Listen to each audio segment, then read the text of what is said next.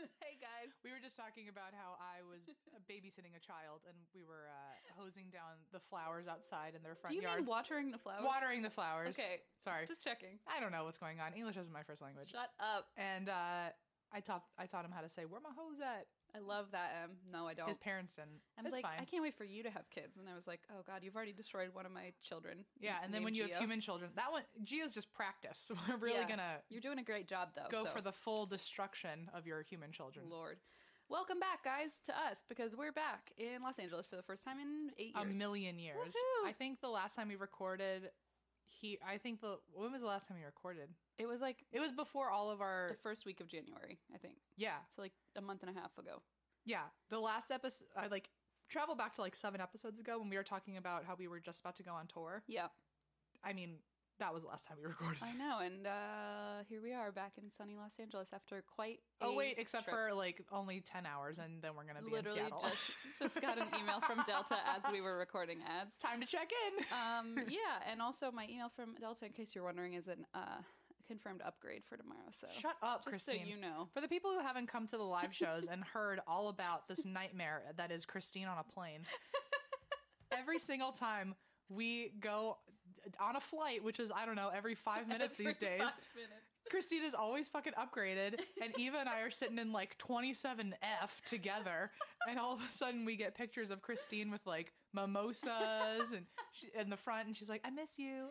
I miss you guys though. It's sad for me. It's really hard for me. I don't even remember if we ever told this story. I don't think we've said it on an aired episode yet. But would you like to tell your version of the?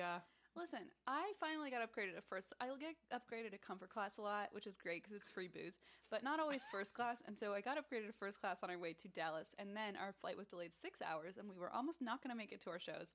So I talked to Delta, and they were like, "We'll put you on an American flight." And I was like, "Great." And then they were like, "Here's your ticket. You're in Group 8." Which Christine really thought that she was gonna have just the most luxurious royal event being on this plane. Excited. And then all of a sudden she got put in Group 8 with me and Eva, by the way. In a middle seat, by the way. The middle seat. And so as we're on the plane walking towards our seats, I could see Christine's eyes just glaring at all the people in first class, being like, "You lucky sons of bitches." I just realized something. This was literally in our last the live episode that we just posted. Well, we're saying it again. Listen, you guys want to listen? And Christine the whole time was like, "You've got to be fucking kidding me. I can't believe this. I have to be in Group 8 like a peasant." If this plane goes down, don't tell my mother where I was. No, I'm just kidding. Tell her it was Group 1. I'm kidding.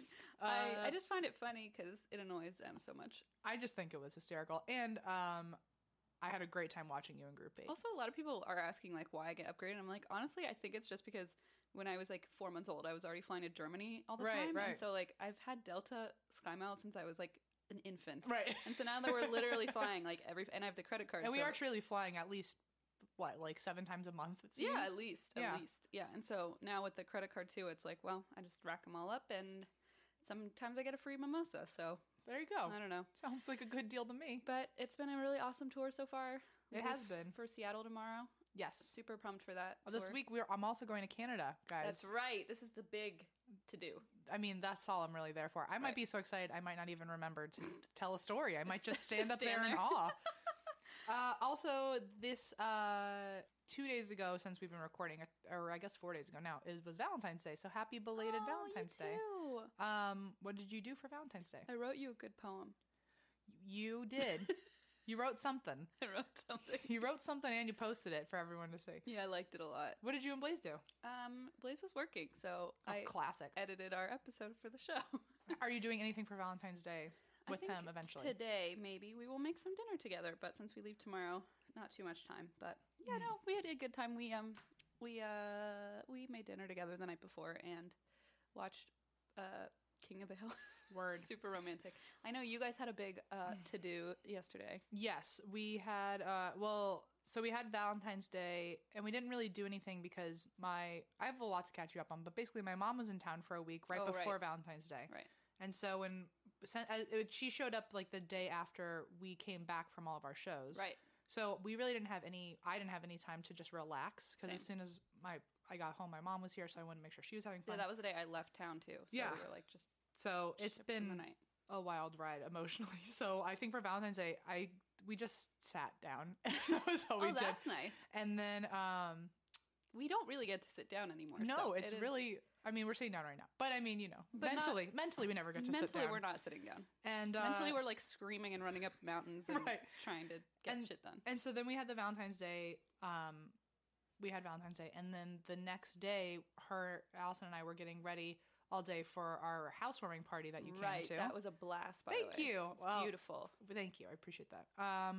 So it's just been a wild ride. So yesterday happened to also be the day so we're recording this right now on February 18th. Correct. Which, if you remember, 2 years ago today, our third episode came out. If you think I remember anything from 2 years ago. I know you don't. That's why I'm saying it. Okay. 2 years ago today was the episode that released where I heard Allison's name for the first time. You know how I know that? Because you posted it all over the internet. You're yes, damn right. I saw that. Which means, based on how we used to record, such a psycho. We would record. No, you're a psycho, because we used to record, and then the next day you would spend all day editing it and release it. Yeah. Which means because the episodes were also 6 hours that we recorded. So yikes. Which means yesterday, 2 years ago, was the first time I ever saw her picture.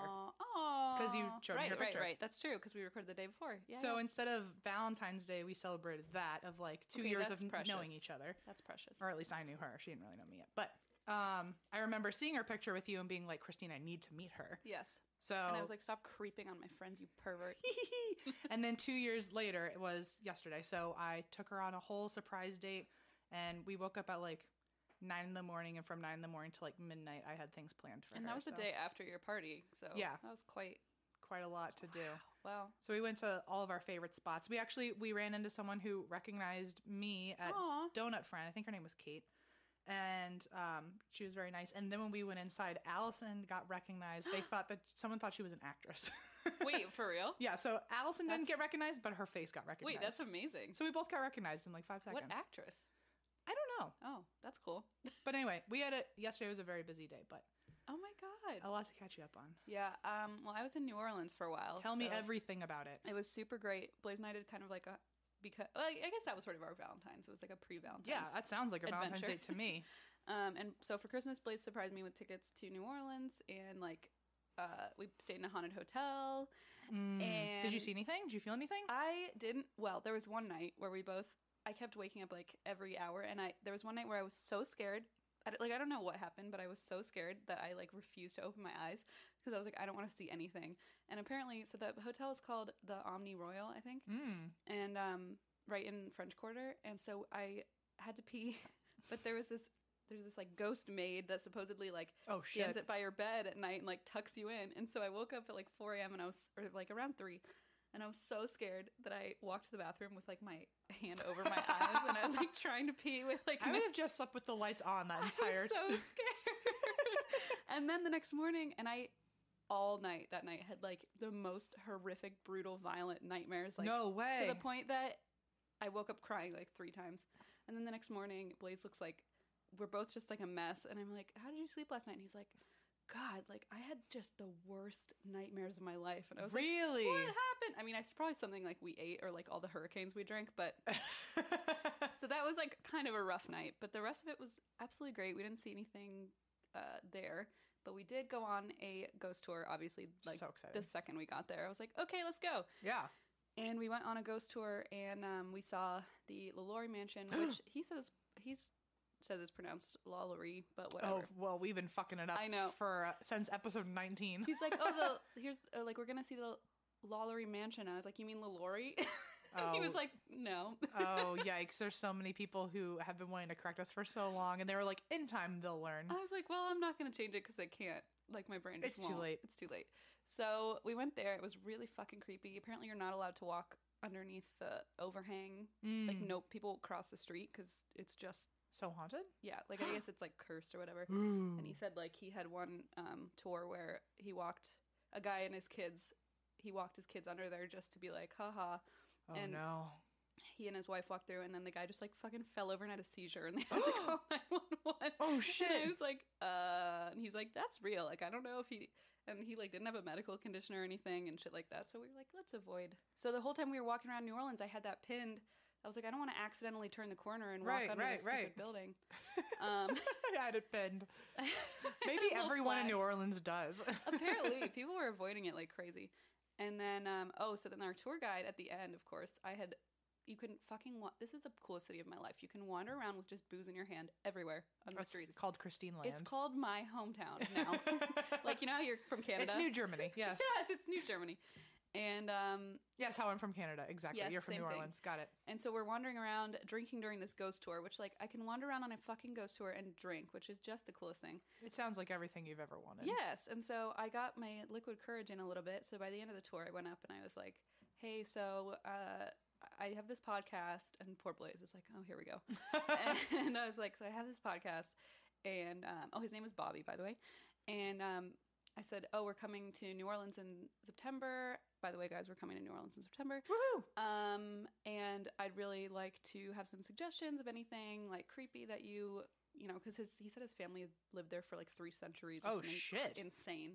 Well, that's probably wrong, and he's probably listening to this. If that's like, the case, though, like, it would be a crime to ever leave. Like 1870s, so that's not quite 3 centuries. In American math, it is. In our math, it is. In our math, it's whatever we want it to be. Yeah. Maybe he said 3 generations. I don't know. And isn't America, like, not 300 years old? Yeah, but there's a lot happening down there sure. still. I'm going to just trust you. Well, he said 1870s, I think. Okay. Who knows?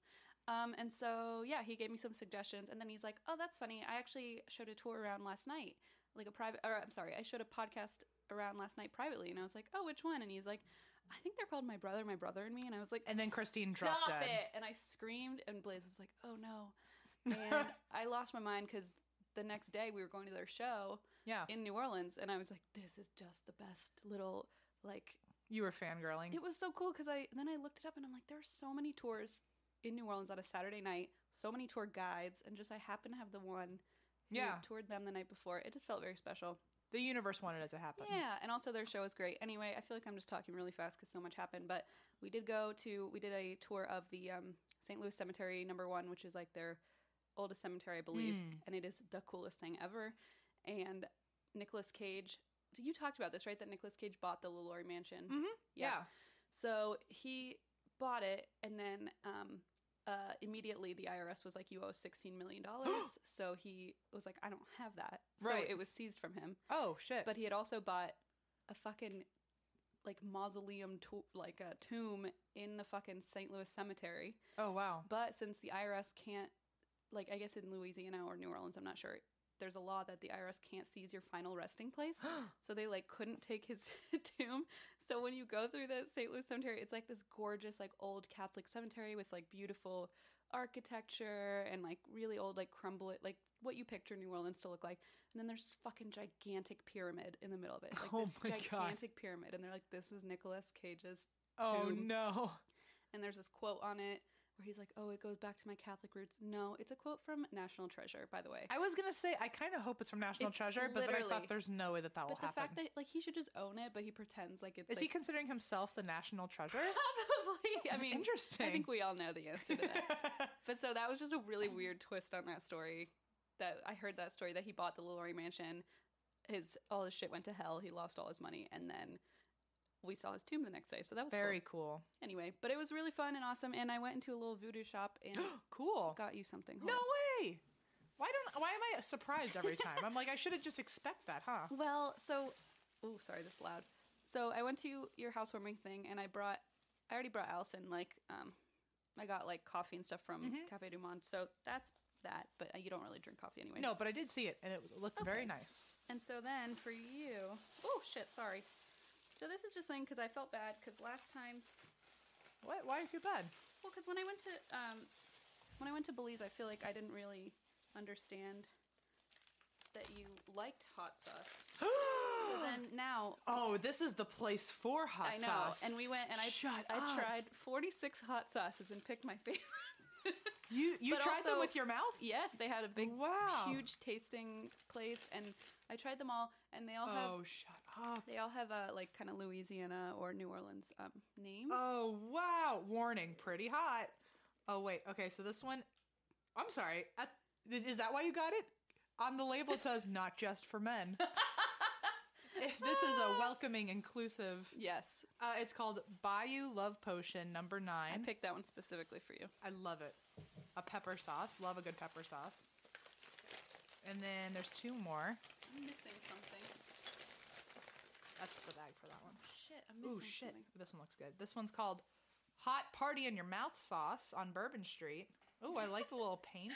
Hot party in your mouth. That's what they call me. Oh, sorry, I left all the price tags on, didn't I? And then I'm not looking. And then this is this. I'm so glad I saw this one last. What's that one? So this one, it has a skeleton in an electric chair. Oh yes. Yes. It's a habanero sauce, which I'm very excited about. It's called Louisiana Execution. Okay. And it says, caught and convicted of stealing habaneros, sentenced to die in the electric chair. Warning, habanero addiction could happen to you. See, this is the thing is I had to pick ones that really tasted good, but also had really cool labels. So oh, for sure. No, this quite is a process. And also, I do like that you went through and got different types. Right, right. I wanted to get a variety. And now that I know that you like hot sauce, because I didn't know when I went to Belize, and now I'm like, oh shit, I should have known. No, so there was a while, I think I brought it up last time, but there was a time where I was actually studying peppers like and the Scoville scale and stuff. Yeah. And I was trying to, there was a whole kit on make your own hot sauce, and I was doing that. I was very, very into hot sauce for a very long time. So well, those are really excited. good. I tried them all. At least I really liked them, and Blaze did too. I'm very excited for this Louisiana Execution. That's my favorite. That's right down our alley. Also, okay, so I have something else for you from the voodoo shop, but in here, it's not in here. I think it's still in my suitcase. I'm going to go grab it, but I did find lemon in here. Oh, Jesus Christ. I'm sorry. Hang on. The lemon? The fucking lemon? Yeah. He was in there. Blaze got really mad, so I had to put him in. Tell me what city he's traveled from again? I don't remember. Where were we? It was San Jose. San Jose. That's the lemon from San Jose. Oh my god. Okay, so nobody knows about. Don't throw it away. Why? Give me a reason. Blaze. Throw it away. No. See, Blaze just came in to say throw it away. Not my lemon. Did you know this is still here? She brought it to fucking New Orleans. This thing is globetrotting, and I don't like it. What the? So for those of you who don't know what lemon is, I'm crying. We were in San Jose, and we were staying in an Airbnb, and Christine, naturally, because all she does is read about true crime, decided that she was going to check under all the beds and in the closets and everything to make sure there wasn't a murderer in the Especially Airbnb. in an Airbnb, you never know. While she was looking under the bed, she was looking under a bed, and she found a dried old, God knows how long this has been around lemon. Okay, it's underneath the Listen, bed. guys, hang on. I'm putting the microphone by the table. Listen to this fucking lemon. It is rock hard.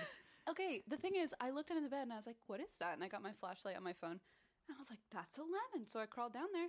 And indeed, it was a lemon, and I just think that's the funniest thing ever. And so then she took a picture of it from her room and sent it to me and Eva, and then I texted her and said, I'll Venmo you $50 if you eat it.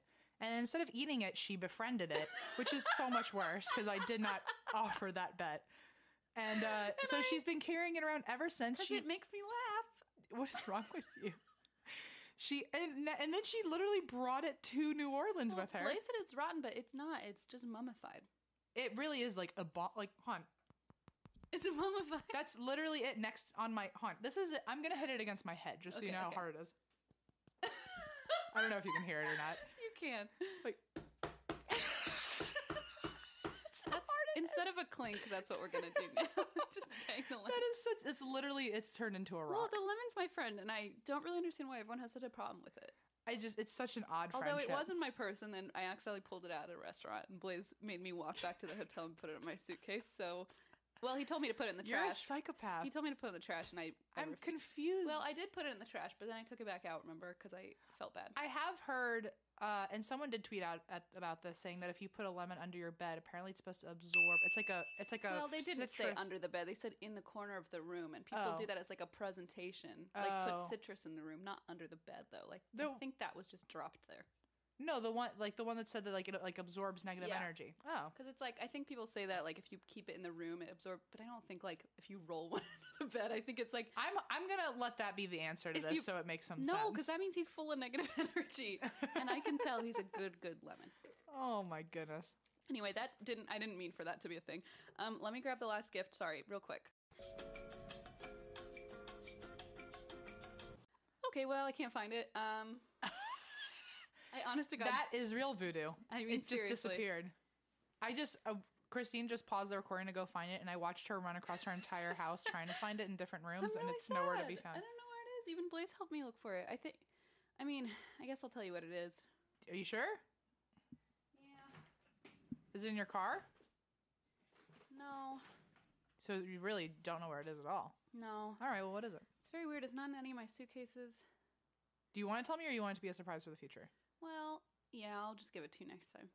Okay. Yeah, that's better because I don't really remember what it is. Okay. What?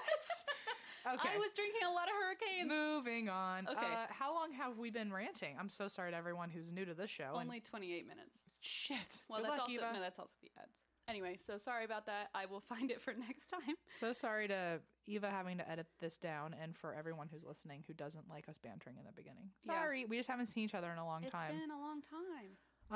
Oh my. Well, with Oh that my. being said, We'll do the rest later. we'll tell a story now, I suppose. I suppose. Christine, Uh-huh. is your underwear making you happy at this very moment? It sure is because it has lightning bolts on it. Well, that's pretty good. And is it so soft It is so very soft. that you feel like you're making love to an actual cloud Oh dear. Well, I didn't know where that was going. all day long? Yep. Well, good for you. You must be wearing MeUndies. I sure am. How did you know? Because I also am wearing MeUndies, and I can Oh. describe all those things for myself as well. Guys, I didn't even know that we were recording this ad, and I was bragging about how my underwear had lightning bolts on it. We actually were texting each other the other day, and Christine was like, "So are you wearing MeUndies underwear right now? Because I am, and it feels so damn good." And then I literally sent her a picture of me in my underwear, and I was also wearing And MeUndies then I did underwear. that, and I was like, "It's Valentine's Day. We're sending each other pictures of our underwear. This is kind of inappropriate." It's the most romantic thing. Don't tell Allison or Blaze. No. So we love MeUndies underwear. BuzzFeed does too. They said they feel like actual heaven against your skin. Can confirm. We're going to assume heaven is really soft in this context. And MeUndies uses the coveted micromodal fabric, which is a full 3 times softer than cotton. You can choose between classic colors to adventurous prints, like my lightning bolts. They have significant otters. I love a good otter. Oh my god! Plant babies and shamrocks, which are available $2.19. Yes, and MeUndies is also the go-to for the softest loungewear on this side of the Mississippi. That's specific. That's specific. I talked to the Mississippi and they said correct. You can hang out in the super comfy lounge pants and onesies as well. Yes, MeUndies makes onesies, and they are incredible. MeUndies has a great offer for our listeners. For any first-time purchasers, when you order MeUndies, you get 15% off and free shipping. To get your 15% off your first pair, free shipping, and a 100% satisfaction guarantee, go to MeUndies.com/drink. That's MeUndies.com/drink. Rothy's shoes are stylish, sustainable, and comfortable enough for everyday wear anywhere. And they are absolutely adorable because I love them and I wear them all the time. You really do love your little camo flats, don't you? They do, yeah. They're neon camo. I know I've told you the guys neon. Who could forget? so many millions of times. But I will say they are the most comfortable flat I've ever worn, and you are never going to want to take them off, especially because they are made from recycled plastic water bottles, which is just the coolest thing I ever did here. And they have a color and pattern selection, which is just amazing. It is. And they're always updating their lineup. So they launch new colors every few weeks and sell out constantly. That's AKA right. the neon camos. Right. Those were my special pick. They're also royal approved because Meghan Markle slipped on the Rothys on her recent Australian tour with Prince Harry, and they've been flying off the shelves ever since. It's like I'm a trendsetter before Meghan. It's like you're a princess. It's like I'm a princess. It's like you're a neon camo princess. It's funny you always said that about me, and now it's true. Listen, that's what they call you. I've heard.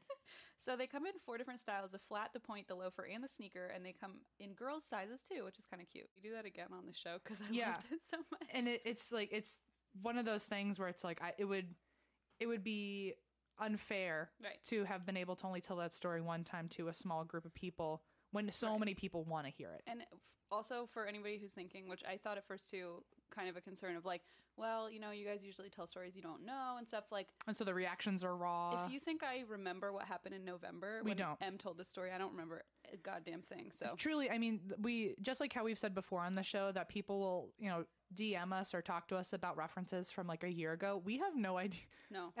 When you just said that you were like, I think you said that Nicolas Cage bought the Laurie mansion. Until you said that, I never, since I said it in episode 19, I haven't thought about that information. I totally forgot. Yeah, I just wanted to give you the benefit of the doubt that you said it. Right. I don't know. Thank you. And I said, I said that, but I probably might not have. I don't know. But so basically what we're saying is if you are disappointed that we're doing this because you think the reaction isn't real, we promise this is actually we're rehearing it and relearning it all over again. And I think we're doing stories from different cities just in case if you were in the New York audience or if you were in I'm doing a story from one of the DC shows. So like if you're in those audiences, you'll still get a new story, so don't worry about it. And they'll be different. I mean, we tell, as you know, we're the kings of banter. No, I can't even Kings pretend. of banter. We're the broads of broadcasting, but it's not going to be the exact same as it was. No, and also I can promise you, let's pretend that Christine even knew all the information about my story and her reaction isn't going to be real, which is not true, but let's pretend. Yeah. My reaction is certainly going to be real because I haven't looked at these notes since I said them in November. So I actually don't remember. I'm really going to be like winging this whole story because I have not looked at them. I don't even remember a little mine bit. either, and so I have no fucking clue. Good. So good luck to everyone listening in on this chaos. I'm excited actually because I picked one that I really like telling too. So it'll be fun. Good. Yeah. Well, this is the story that I did for the New York Comedy Fest at the Gramercy in November.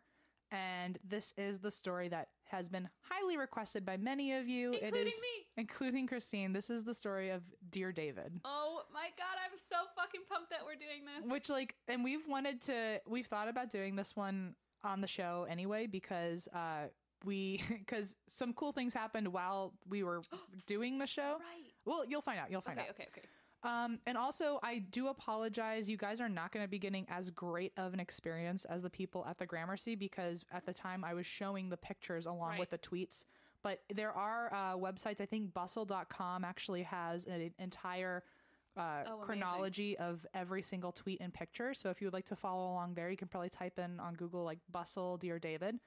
And you'll see all the pictures. Yeah, that's pretty cool. It was a very picture heavy show, so I'm sorry that I'm going to have to kind of just... But the story itself is so fucking creepy, so it's way creepy. Doesn't even matter. So, okay, so Dear David. So in this thread, basically, Dear David is this guy on Twitter named Moby Dickhead is his handle. His name is Adam, and he decided that he was going to live tweet his experiences... Right. That he was having in his apartment. Right. And he thought he was being haunted by a little ghost. And it's a very well documented story. So right. basically in this thread, Adam says that there is a ghost of a child trying to kill him in his apartment. Oh, fantastic. And it started at a dream, but it seems too real. So during a bout of sleep, he saw a child in a green chair by his bed. Bout of sleep? In a bout. A bout of sleep. During a bout of sleep. Is that what we call it nowadays? I feel like that's something I must have said. Maybe a sleep paralysis? No, just about. During a session of sleep paralysis. During one of those sleep sessions, you know. Anyway, he was taking a nap, and then he... Sorry, I just was I just read it and didn't even realize I had written that. So, while he was sleeping, and he had sleep paralysis, and he saw a child in a green chair by his bed. So, I also forgot my laptop today, so I'm doing this all from my phone. So... we are going to have to bounce back and forth between fantastic me finding the tweets and reading them for you, as well as reading my notes. Yay. So the very first tweet was, I think, on August 7th, and Adam wrote, "So my apartment is currently being haunted by the ghost of a dead child, and he's trying to kill me." Fuck. What year was that, by the way? 2017, right? 2017. Okay.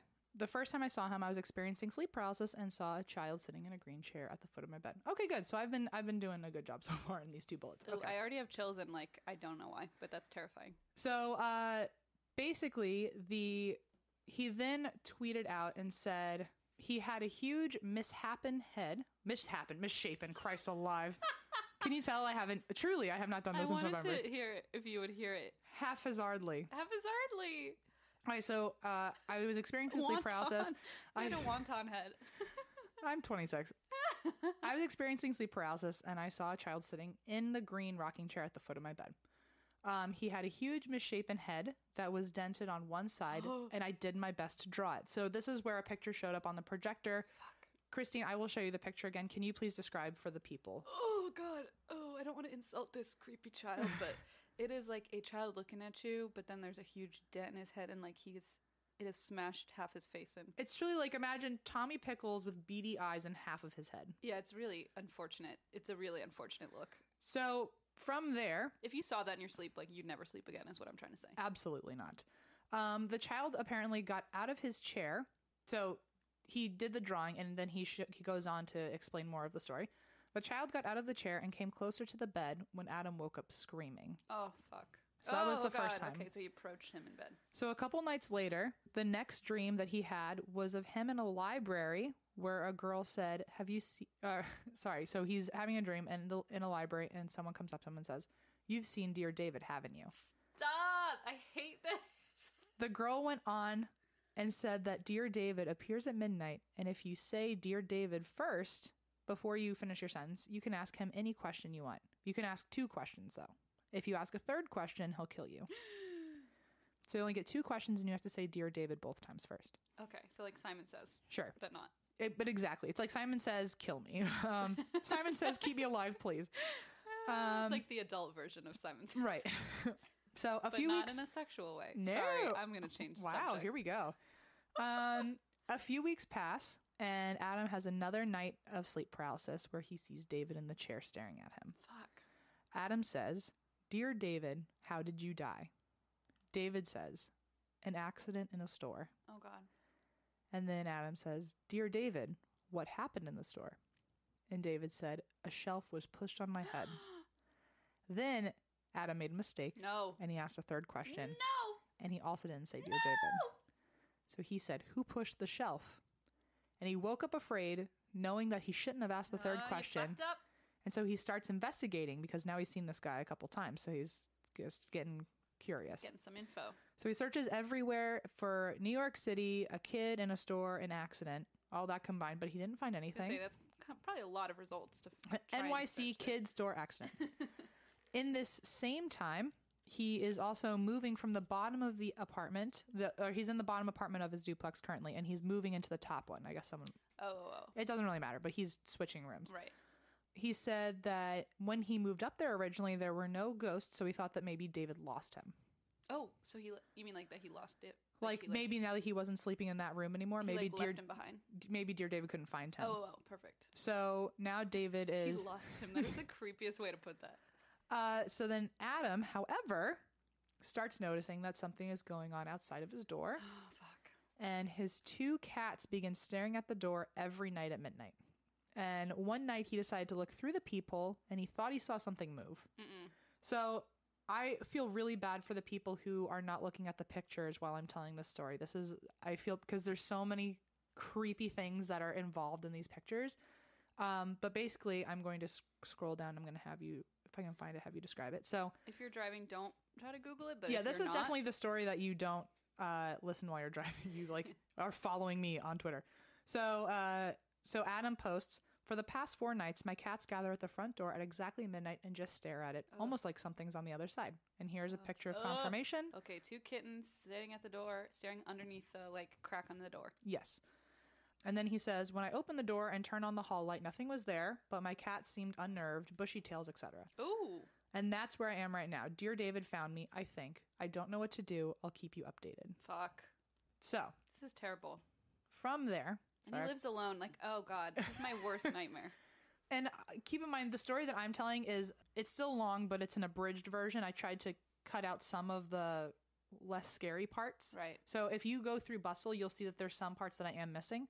So in my story, what happens next is that he's starting to see things through the peephole. And Adam starts taking a few pictures at this time through the peephole, and in one of them he sees a dark mist. Oh God! And in the first one, the dark mist looks like it's hiding. Oh, like behind the stairs. So one night he decided to look through the peephole and thought he saw something move. And for the next week, the cat started staring at the door at midnight nonstop. It was just always expected.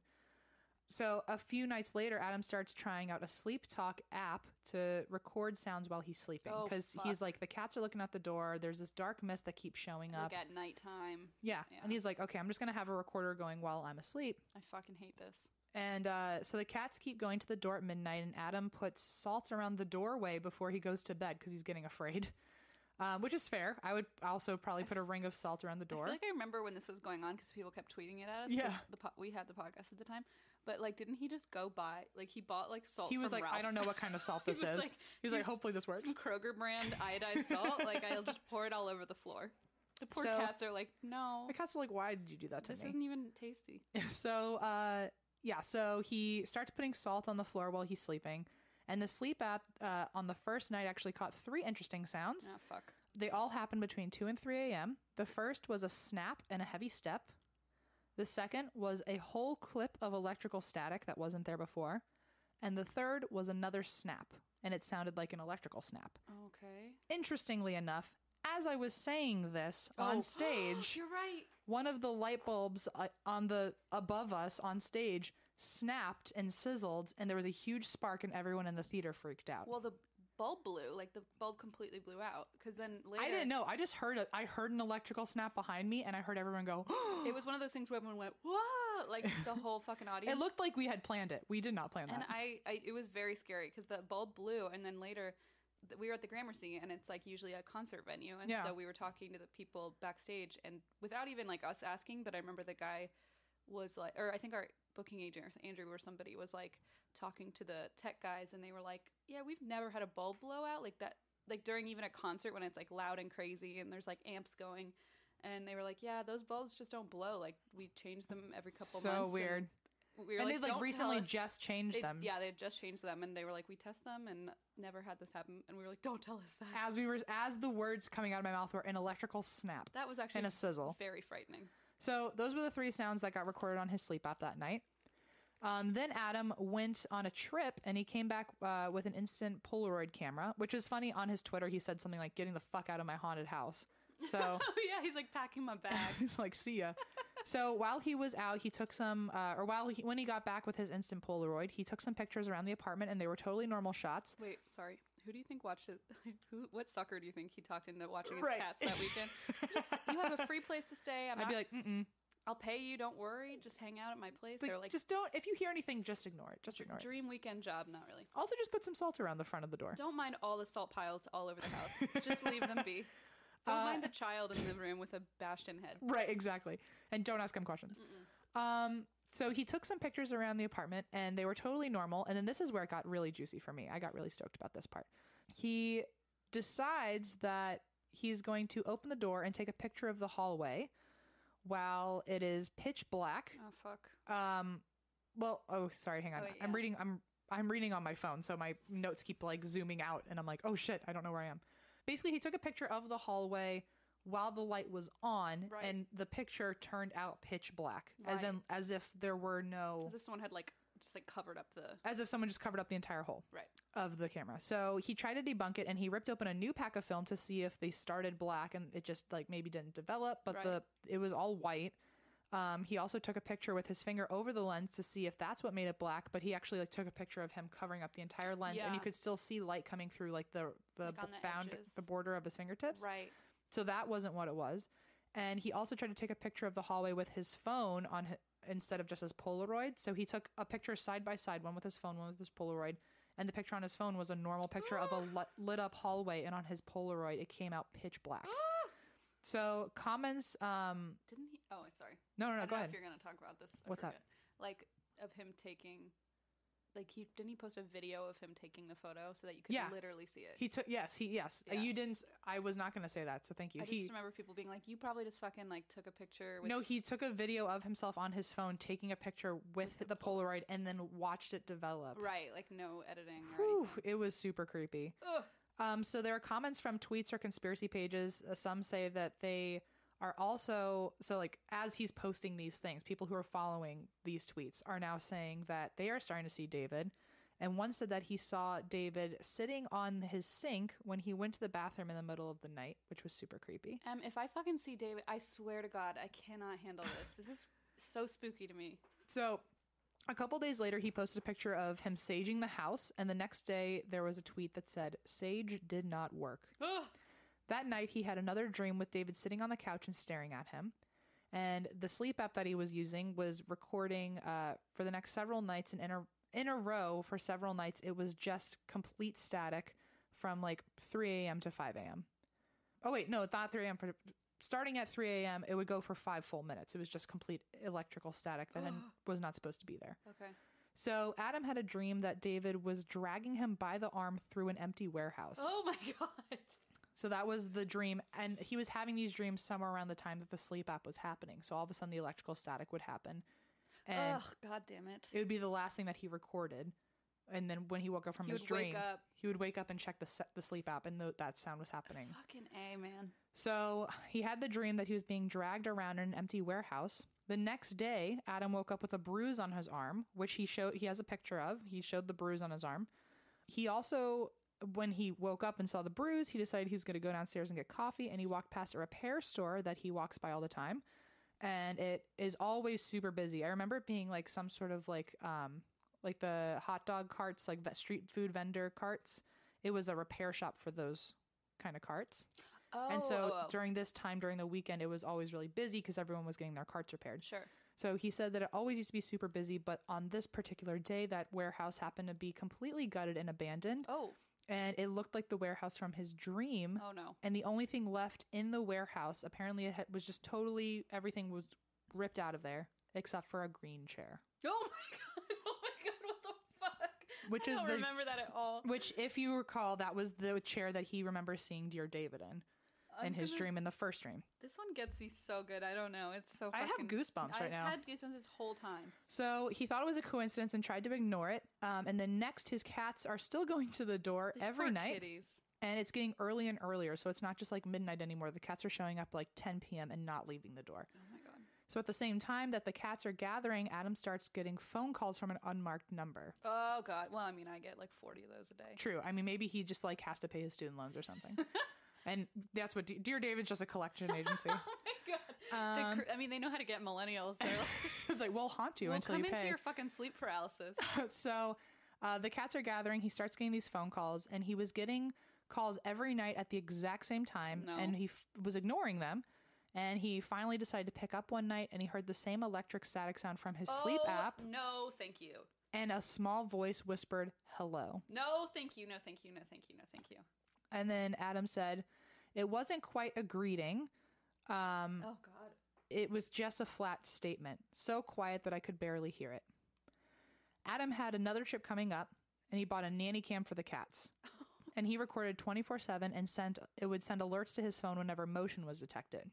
So that same night, two things sent alarms to his phone. One was a video of his green chair rocking by itself in the living room. Oh, so he had a green chair. He did happen to have a green chair. But the green chair was rocking in the middle of the night by itself. Okay. And these videos are also on Twitter, and they are way creepy. They are actually very frightening because you can tell it's like from one of those it's Nest like cameras or whatever. Exactly. Yeah. And so there's a chair rocking, and then there's he has like a turtle shell decoration on his wall, and it falls by itself. Fucking no. And there's no cat knocking it off. And there's no cat knocking it off. You just watch it fall by itself. Talk about that turtle shell and said he got it on like a trip somewhere. It was like I think so. It was something like he got it from it had some sort of significance. Like some native symbolism or something. Yeah. And he also said that he's noticing at this point that most things that are being touched and like interacted with Dear David happen to be green. Oh, I didn't even think about that. And a turtle shell is kind of green. Thank God those cats are not green. Right. Can you imagine? Right? Am I right? So a week later, another video comes out of his cats freaking out. Fuck, these poor cats. They're clearly looking at something that isn't there, and then all of a sudden a jar on the table moves by itself. Fuck. One of the cats named Maxwell, he is meerkatting in the video for hours, which for him is an odd behavior. Meerkatting is when they're like on their hind legs looking at something. Right, with their like paws kind of up. Yeah. And so he kept looking at for hours. That poor baby. Don't they do that when they're kind of scared and curious about what they're looking at? Yeah. And so 2 weeks later, Adam updates us that he has been having intense nightmares, one of him rolling over and seeing a severed head with a bloody spine attached, snaking down the bed, laying next to him, and the head was staring at him and smiling. Okay, part of this too is that like we did this live, and I had to like remember that my mother-in-law was in the audience, and so was our agent, and like a lot of important a lot of fucking people. So we were trying not to cuss. We were trying to be respectful. Keep myself together on stage. I'm probably wearing a skirt. Oh, I was wearing a dress. I'm like trying to like look presentable, but this is just making me like fall out of my fucking chair now. So Adam asks, "What happened to you?" And the bloody severed head says, "It feels great." And then Adam woke up. Oh, God, and it's smiling. I'm going to die. Another commenter also said... I would rather see David any fucking day than that stupid spine. No, 1,000%. That's horrific. So basically, Adam then goes on a trip to Japan, and he says that everything was fine on the trip, but the last day of his trip, he walked past this statue in the park and saw the figure of a child with a dented head. So it just was a little coincidental. That's a little weird. Once he got back to his house, the electricity started acting up and multiple light bulbs would go out, and a new LED strip that he flashed on and off would flash on and off by itself without being powered on. Fuck. One early morning, he couldn't sleep, so he was getting ready to go to work, and he heard a scratch on his front door. And he took a picture of the peephole to see if anything was on the other side, and something's face was definitely there staring back at him. No. Which you can see in a picture that he has on Twitter. Oh, it's fuck. definitely a Dear David-esque face. Oh, God. And then all of a sudden, there were no updates for a while, so people were freaking the fuck Like, out. are you alive? And then he said that some spiritual friends came over and tried blessing the place with things that seemed to work for a little bit. But then the next apartment update was around 11 p.m. one night, and Adam walked to the kitchen and noticed the cat staring out the window. Oh. The window looks out to a roof of a building God. next door, and before leaving the room, Adam saw that on the roof was someone standing on the roof staring at him. Oh my God, I forgot about this part. Which freaks me out too, because I have a story from when I was younger that there was definitely something in my room that I hated, and my stepmom blessed the room.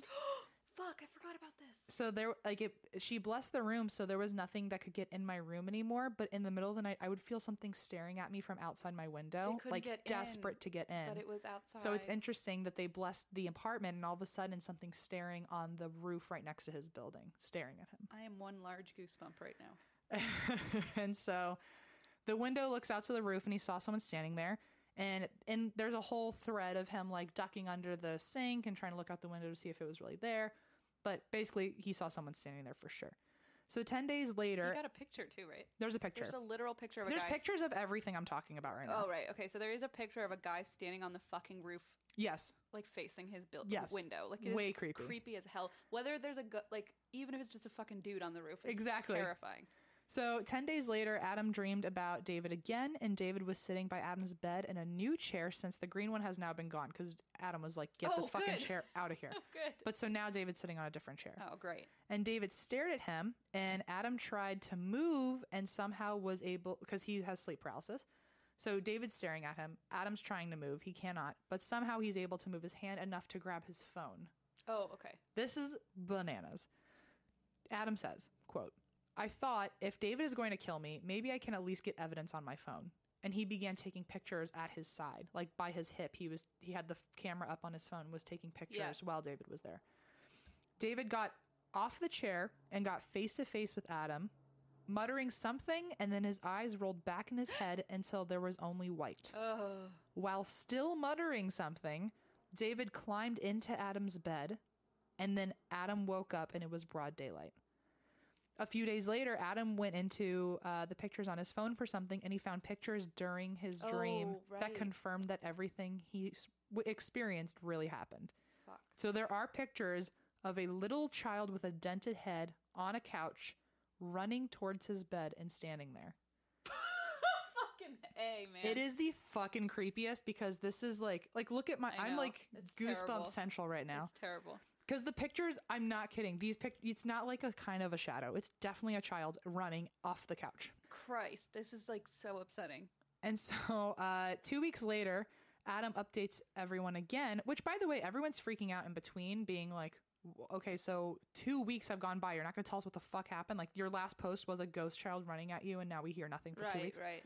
So 2 weeks later, Adam updates again, saying that he heard thumps and crashing above him, which was weird because he lived on the top floor of his duplex. Oh, true. And he did figure out that there was a crawl space above his ceiling. Oh, absolutely not.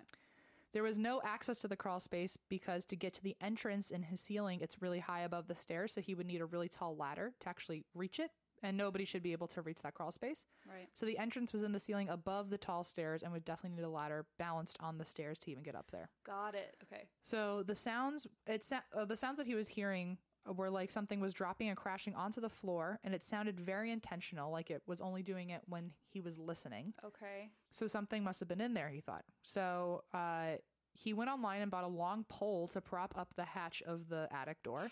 He's fucking brave. And he got brave enough to peek inside. So at this point, the noises were so loud, he said it sounded like a bowling ball was being dropped in there. Oh, God. And one day he went down the stairs. He wasn't playing with the crawl space at all, but he just was leaving his apartment, and he went down the stairs and he saw dirt on the stairs right under the crawl space hatch door as if something had gotten out. No. He looked up and there was something now wedged in the door of the hatch that No. had previously never been there before. No. So now it looks like, so it was a crawl space door that he never thought about. Then he's hearing all these sounds. He props the door up. Yeah.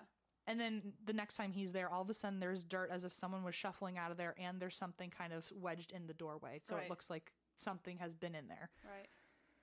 So he goes back upstairs and grabs the pole, and he films himself doing this, which this video does exist. He filmed himself with the long pole, knowing that there was something wedged in the door, and he was going to push the door up so whatever was wedged there would fall down. Sure. And he didn't know what it would be. So something did fall out on him, and he thought it was a dead bird or something. He said it might be a squirrel. When he looked at it, it was actually a small leather shoe. It's the worst Like thing. That from could- like old days, like an old ass leather shoe. like a creepy hand-sewn child's leather. Yes. shoe. And Adam called the landlord and was like, fuck this. You bring your own ladder. I need you to check out the crawl space up there. Absolutely. The landlord found nothing. And then he said, oh, wait, I found something. And he pulled out a very old green marble with a dent in it. No. And he ended up later looking up this marble and found out that marbles like that with the dent in it only come from the early 1900s, because that was how they used to make marbles. Oh, so it had like a Yeah. part of the manufacturing. Right. Oh, got it. So the marble and the shoe looked like they were both from the 1900s, Okay. early 1900s. So poor choice. Adam took the shoe and marble and put them in his house. What a fucking dummy. So like you finally bless this guy out. He's on the roof because he can't get in. He ends up in the crawl space because it's technically not in your area, but he's getting closer to you. And now And you then all of a just sudden bring you him- welcomed him back in. China, Jesus, I cannot. So 2 weeks later, Adam says that he hasn't been feeling well and gets sudden bouts of dizziness and no longer sleeps well and has weird dreams. So He no longer sleeps well because he's been sleeping so fucking Right, well the right, past right. year. God. So sometimes he wakes up in the middle of the night and feels like he's being stared at. He feels malice and dread, and there are days that he's so tired he can barely function. So he's becoming a mess. It's like driving him crazy. After a few nights of this, Adam decides to use the nanny cam in his bedroom, but the cord wasn't long enough, so he used an app that takes a picture every minute and set the phone in the top corner of his room so he had a view of everything. So Okay. he's trying to just get any picture he can of what's happening while he's sleeping. Right. That night, he woke up in the middle of the night and decided to check his phone, and the first 100 pictures didn't have anything, but then Adam found a picture from a few minutes before he had woken up, of David standing on the couch by No. Adam's bed. No. Next photos show David standing, staring at the ceiling as if it's like looking at the camera, and then falling over and laying on the couch like he's playing dead or something, and then he was gone. Ugh. So it looks at the camera. Looks at the camera. Fuck. A few pictures later, David comes back, and he's now standing by the bed, staring at Adam inches from his face. Ugh. And then the next picture is David standing next to Adam and staring across the room directly at the camera again. Oh my God. So then the last picture taken before Adam wakes up is David pretty much like inches away from the camera. And Like the he terrible just, thing is there's been a minute since the last photo, so it's Yeah. like he's come closer. he like has climbed all the way up towards the camera. Oh my God. So Adam says, I'm so exhausted. I don't know how to process it. Even now, all I want to do is sleep. The next update from Adam was him saying that he was visiting home for a couple weeks and he was feeling much better. He was less foggy and drained, almost like whatever was attached to him was going away. And he started feeling like if he moved, maybe David wouldn't follow him. But then while he was at home in Montana, while it was snowing, he woke up one night and saw something moving outside his window. Oh And God. he stared long enough for his eyes to adjust, and then he saw someone moving to the side and hiding away from the window whenever he would look. Oh God. He assumed it was an animal, but the next morning he went out and looked into the snow and didn't find any animal tracks, but he did find small human footprints that No. vanished in the middle of the field. No. In New York, he gets back, and David says he feels like he's being watched again in the middle of the night, and the app that takes photos every minute is now being spotty. But one night, Adam felt really sick and had awful dreams, and one was of David hovering in the corner of his ceiling, hovering into the air Fantastic. in the corner of his ceiling, mouthing something No. to him. No. David then began hovering over his bed, still mouthing something, and faster than people should usually speak. So he's talking really fast. Wait, I have a question. Yeah. Sorry, I don't know. How do they know that his mouth is moving if it's like photos? I guess that, I don't know. Maybe it's a, oh wait, hang on. Oh, it's because it's a dream. Oh, it's a dream. So he's having a dream right now this that was photos. Okay, no, he's sorry. having a dream that David's hovering over him and mouthing something really fast to him. So it's fucking terrible because he's watching it happen. Yes. Fantastic. Okay. So while Adam is unable to move in this dream, David then dropped down towards him, and Adam woke up to feeling pressure on his chest like the wind got knocked out of him. So that was the end of his dream. He woke up feeling like something like smacked him. He's like hovering over him and then fucking drops. So This is terrible. So he goes over to the phone to see if any pictures got taken during this dream of this demon dented headed child Right. hovering over him, and then all of a sudden you feel like the wind gets knocked out. Right. And the only picture that he found on his phone was of a child with a dented head falling on top of his body. Wait, what? There's literally a photo of it. There's literally a photo of it. So apparently he wasn't dreaming, this thing was hovering over him and then dropped onto him, and that's when he woke up and saw the picture. I'm gonna lose my mind. This is terrible. 2 weeks later, Adam checks back in, saying that he's actually feels really good and he has no more dreams and everything has stopped for now. But he has this weird feeling that something is off and he will lose hours of time with no memory of what happened. Shit.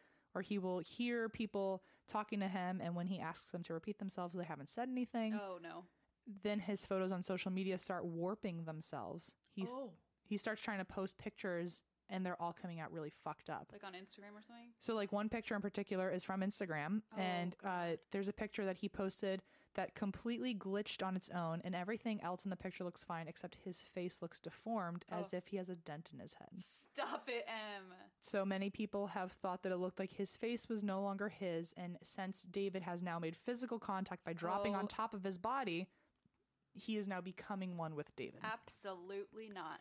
Then people hear nothing from Adam for another 2 weeks, and then a vague video comes out, very vague, makes no sense to this day, of Adam's cats looking scared and meowing, and it had no explanation or caption or anything, just cats so meowing. no one knows why he posted it, really? Right. Oh, okay.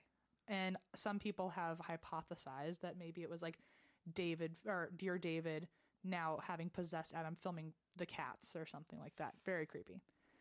Then nothing again until Adam wrote an all undercase with weird spacing in between, which is nothing like his other tweets, so it seems very out of ordinary for him. Sure. All he wrote, undercase with multiple spaces in between the words. Everything is fine. Oh my god. Then nothing again for another week and a half until all of a sudden he says, please do not worry about me. I'm okay and everything will be like it was before. Nothing again. And then an update from him saying, I'm doing okay. It's been pretty quiet around here lately and I've been trying to focus on work. Of course, I'll keep you updated if anything strange happens, but for now I'm staying busy with other projects, which caused a lot of controversy because people thought if the pictures were doctored or if he set this up for a video camera, they think that this could have all been fake because he was in the middle of writing a book. Oh, so maybe right. it was for publicity. And he worked for like BuzzFeed or something, right? Right. So he maybe all this was just an act. So the last update was on June 6th of 2018. And it was that a Dear David film was in the works being produced by Dan Lin, who was also the producer of It. Oh, fuck. Okay. And that is the whole story of Dear David. I just don't know. I mean, this is terrible. It's terrible.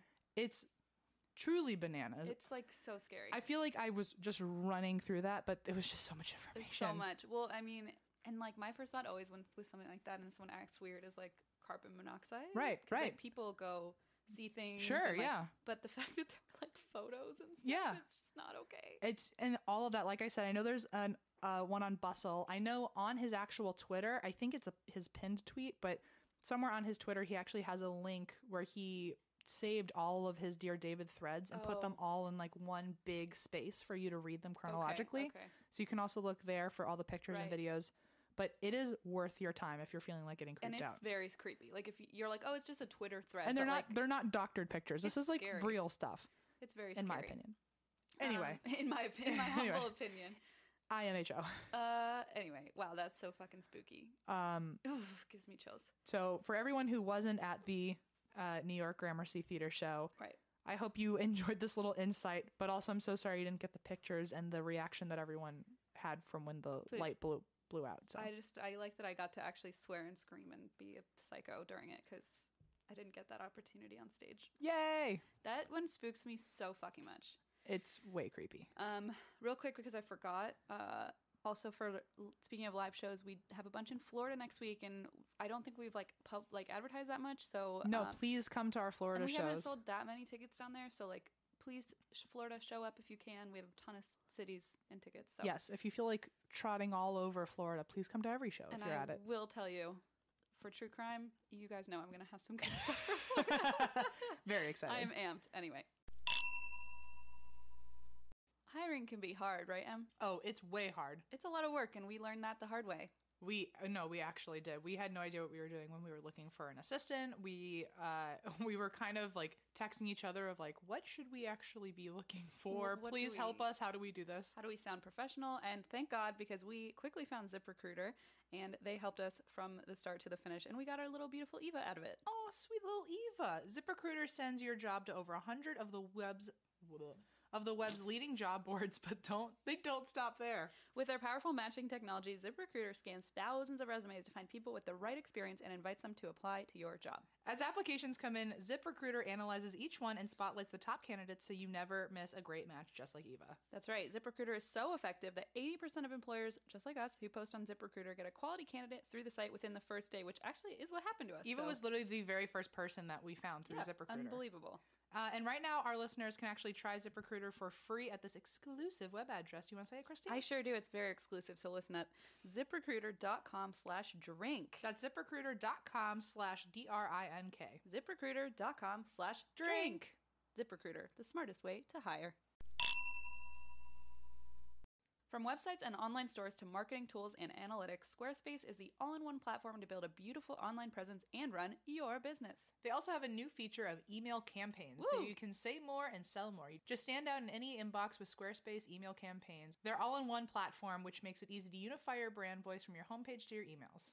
So there's a lot of things you can do with Squarespace. You can create a beautiful website like we did. You can turn your cool idea into a new website, showcase your work, blog or publish content. You can even sell products, which is pretty cool, promote your business, announce an upcoming event, and like I mentioned, the email campaigns are really cool. And the email campaigns are consistent content from website to email. They have powerful editing tools to make it your own. It's customizable layouts for any message and mobile editing so you can send anytime, anywhere. We love Squarespace. We have been using it since day one. And it's really easy. The best part is, like, I can handle it on my own. I don't need to hire somebody, which is great. Right. And as far as I'm concerned, I don't think anyone could look at it and go, oh, this is so amateurish, because I think it looks pretty good. I think it looks pretty good, too. It makes you feel like you are, like, a whole web designer all on your own. Very talented, yes. There are beautiful templates created by world-class designers and powerful e-commerce functionality that lets you sell anything online, which is super nice. And it also has the ability to customize any look, feel, settings, products, and pretty much anything you want with just a few clicks. That's right. You also get analytics that help you grow in real time. It also offers built-in search engine optimization, which is pretty cool. And it also offers free and secure hosting. So Squarespace is honestly really, really great. If you want to try it yourself, check out squarespace.com/drink for a free trial. And when you're ready to launch, use the offer code DRINK to save 10% off your first purchase of a website or domain. That's squarespace.com/drink for a free trial. And when you're ready to launch, use the offer code DRINK to save 10% off your first purchase of a website or domain. And we're back. Yes. I'm very excited to hear what you have for me. Okay, hold on. We just recorded our Facebook Live for February. Guys. We took a little hiatus. Grabbed a beer. Ate some hot sauce. It's National Wine Day, but I'm drinking beer, so... I have not tried the Bayou Love Potion yet, but I have tried the Bourbon Street Hot Party in Your Mouth sauce. Yeah. And I've also tried the Louisiana Execution. As predicted, Louisiana Execution is currently my favorite. Yes. It's really, I have done probably 10 dollops already. Little shooters. Off the finger. Ooh. Oh, and I still have chips from Chipotle downstairs. Oh, boy. Oh, yeehaw. Oh, my goodness. Let's hope Al didn't eat them. Damn it. Okay. Anyway, tell me your story. Okay, sorry. We're back. I'm going to tell you... Can I test this real quick? Yeah. Okay. We're on. So, I'm going to tell you a story that I told in D.C., and I guarantee you don't remember it because your mother was there, and I think you blacked out the whole thing. Just about every second of that entire trip, yes. Fantastic. So, this is the story of the murder of Viola Drath. Yep, don't remember. Great, thanks. Sorry. I was hoping you'd at least pretend, but okay. Oh, I loved it. I loved when you talked about that girl Viola in it. Okay. So, Viola, we're going to just jump into it. This is one that I was like amped about doing live, and I'm amped about telling you again. Okay. So this is Viola. She was born in Dusseldorf in 1920 in Germany. Mm-hmm. She lived the high life in post-World War II, Germany and learned English at a young age on vacations around the world, as well as her time in a boarding school in Scotland.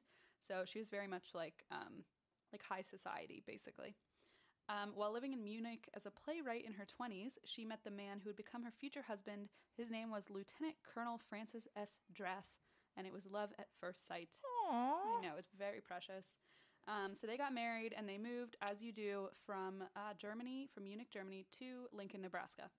Right. As you do. We've all done it. I've been there, okay? I just got out. We just did it. Just got out of Nebraska. You fall in love, you move to Nebraska. It's just the way it goes. And, for better or for worse. C'est la vie. C'est la vie. But despite the culture shock, obviously she's literally lived in Germany and Scotland her whole life. Right. Welcome to Nebraska. Welcome to the heart of America. She adjusted actually really well. She got an advanced degree in literature. Oh, hey-o. Yeah, and this is like, well, I don't know how to do math, but, she was born in 1920 and it was like the 50s. So okay. This was like not that normal for a woman to get an advanced degree. Education for a woman? But they don't have a brain. Reading and writing? How do they do that? How do they hold a pen? Weird. They can only hold a spatula. And a baby. Oh, and a baby. So, so she got an advanced degree. And also she was married. So, she did have a lot of money, so there was that. But, sure. There was that no helps. need for her to get a degree, basically. Got it. As far as, finances. So she gets an advanced degree in literature and philosophy, and she starts working as an editor of a German newspaper in Nebraska. She had her own show on local TV, and she was also an American correspondent for a German magazine. So she's, working her butt off. Just doing what she needs to do. Yeah.